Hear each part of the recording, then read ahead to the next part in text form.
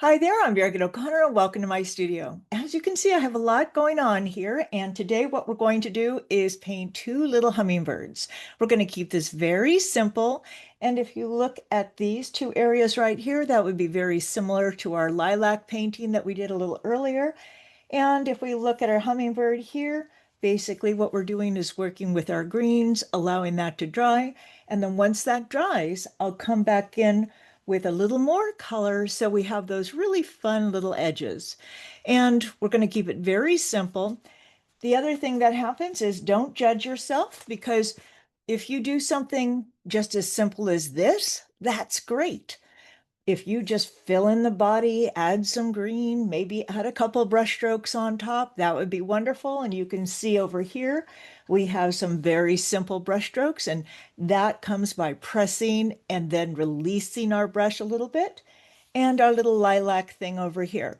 So I think you're going to have a lot of fun with this. And if you're interested in the line drawing, I'll go ahead and post a link in the description below. And if you'd like more of these lessons, don't forget to subscribe. So let's get started and have some fun. So what I'm thinking about is that, of course, we have the little head up here. It's going to have some green on it, maybe a tiny bit of red. It's going to have a ruby red throat.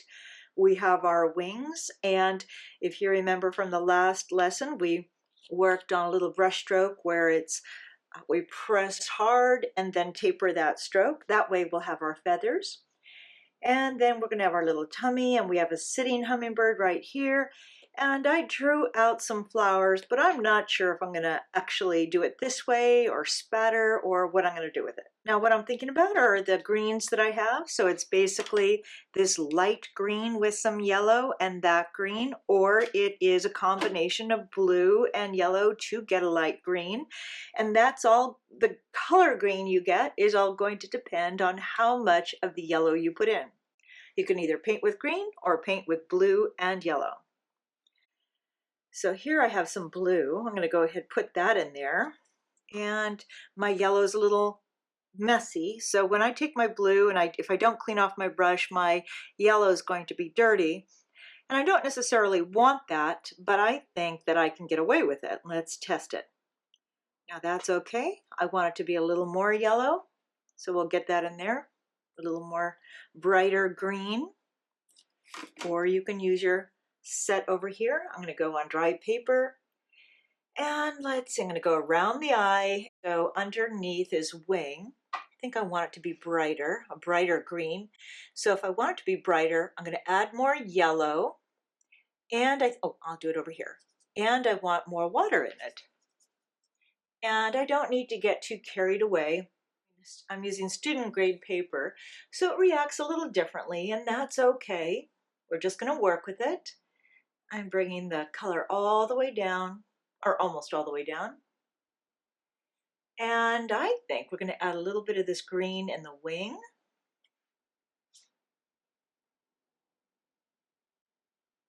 Just like that. And I'd like a little brighter green on the head, so I'm going to just drop that in. And then I'm going to go ahead and I'm going to touch the edge of the color so that color runs and spills. I'll do a little bit up here too. And let's see, I think I think I have too much. I think the top of the head's a bit too green, but we'll be okay with that. Something like that. And I'm not sure where I'm going to go with my red yet. So instead of having a hard line, I'll just touch this with a little bit of water. And I'm thinking, do I like that line? I do like it. And I think that might be almost all I do here. Since I have that same color combination, why don't we go ahead and just put some green in the head, bring it down onto the back, just like that. And then my plan is to just use some water, because that looks a little more forgiving than that. So I'm dipping my brush in the water, removing some of the excess, not much, I'm not wringing it out. And we'll touch a few little areas just like that, just the edges of the color. So I'm going to go ahead with either more blue into my green color, or I could use a darker green. What about if I go ahead and put a little bit of that green in there? Just a little bit. I like that brighter green more, but this works. And then what about, let's go underneath the wing. So what I'm thinking about is getting some of that shadow color in there.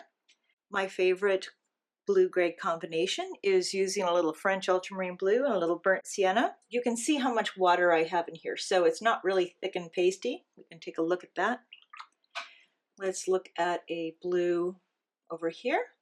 This is going to be a brighter blue, and if we just use that as our shadow color, that's going to be too bright. I'm thinking I want it toned down a little bit, so I'm going to use a little bit of brown, put that in there, and it works. That works almost just as well. So now let's think about where I want that shadow. I'm going to put it right underneath the chin. I'm going to have a really ruby red throat, but I'm getting a little bit of color in there, and then I'm going to come along the side, the tummy, just dab some color on there so it gives the impression of some little feathers underneath here. Remember, he's our male, and he's going to have that really bright red throat. You can put red or pink. It's something like that. How about if I use the red over here? Then we'll go ahead, hopefully put that on there. Let's get our ruby red throat in here.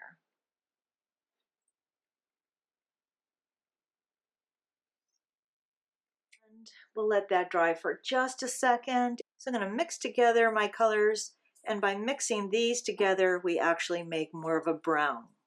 I want some water in there, so I'm dabbing the color on, and then lift. That way we get a nice tapered edge.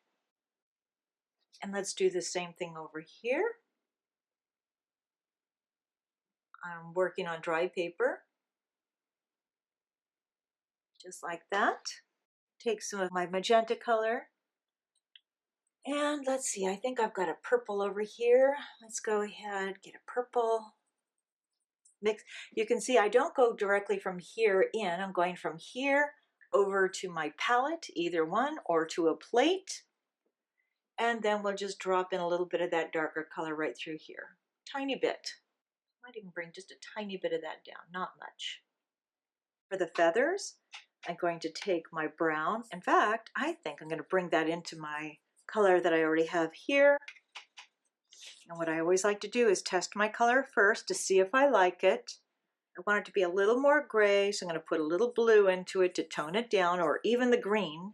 That neutralizes it a little bit. And I'm going to use the same stroke that I did for the beak there.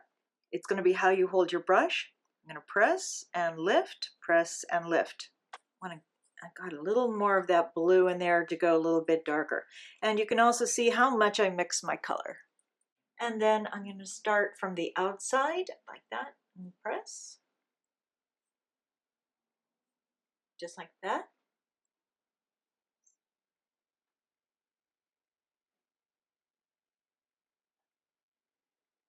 Put a little line there. I'm going to break it up.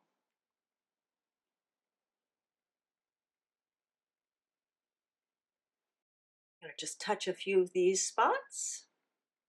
Now I'm going to go to the tail using the same color combination. I'm going to start on the outside and then taper it in. Press and lift.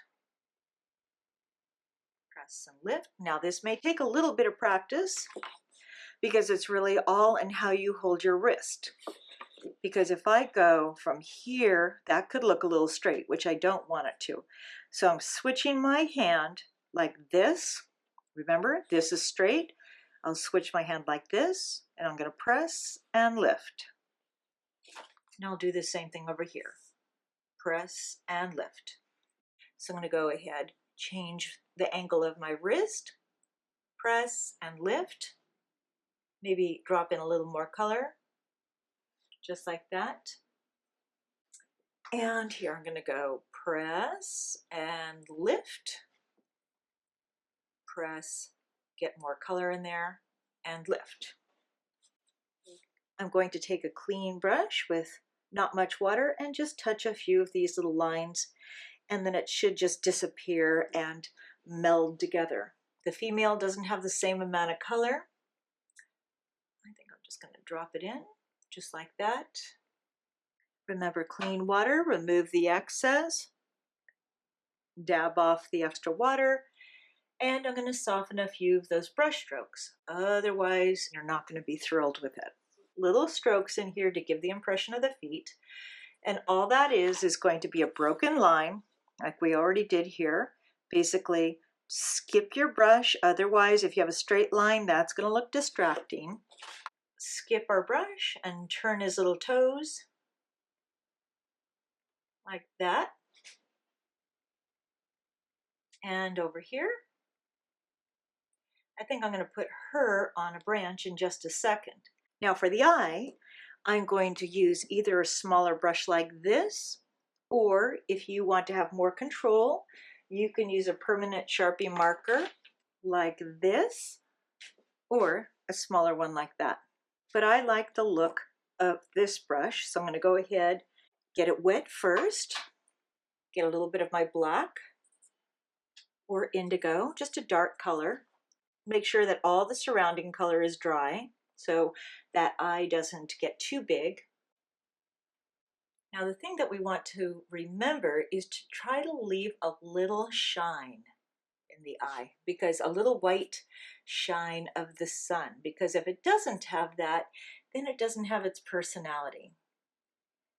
So if you don't have a brush that has a very fine point to it, then you'll want to consider the permanent Sharpie marker, or even a pen if you don't have any one of those.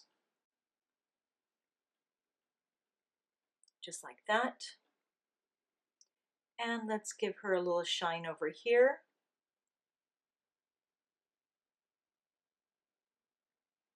And so I'm going to take a little bit of the red, throw it in there so it's a more neutral. I will let a little bit of that eye spill into it.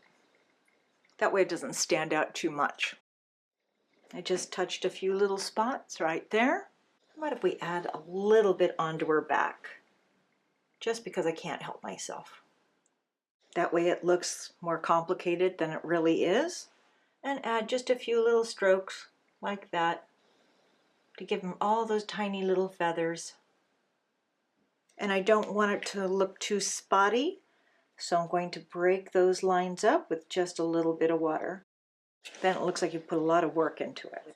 Make another little puddle of water here. You can see it's not perfectly clean. Let's see what we have here. We've got some purple. I think I like the brighter color more. Or you could take any color, any bright color that you like. And I'm going to do the same technique as I used for the feathers and the beak. I'm going to press and lift. I'm not worried if it's perfect. Press and lift. Press and lift. Let's find a spot to try to get a clean yellow, cleanish. Let's throw a little bit of yellow in there. Let the colors mingle, just because it's fun. And I'm going to spatter. And what I liked with our last painting is that I sprayed it and the color ran.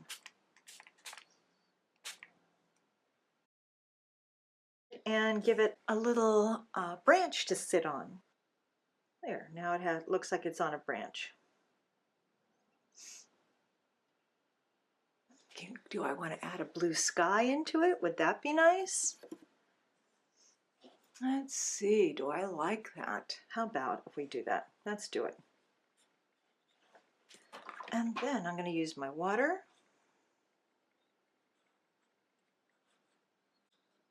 Go around our little hummingbird. I don't want to really touch any of the paint, otherwise it's going to smear. I'm going to use this brush to lift a little bit of that color out. Now you don't have to do any of this background stuff. Just putting the birds in there and the little stem, but I wanted to show you how you can take it a little further if you want. And I'm doing this just because it's fun. I think I might little spray bottle because that's fun. And let's remove our tape. And now you've got a great painting of hummingbirds. Well, thank you so much for joining me today. I hope you learned something new. And if you're interested in more of these lessons, don't forget to subscribe. And until next time, have fun and happy painting.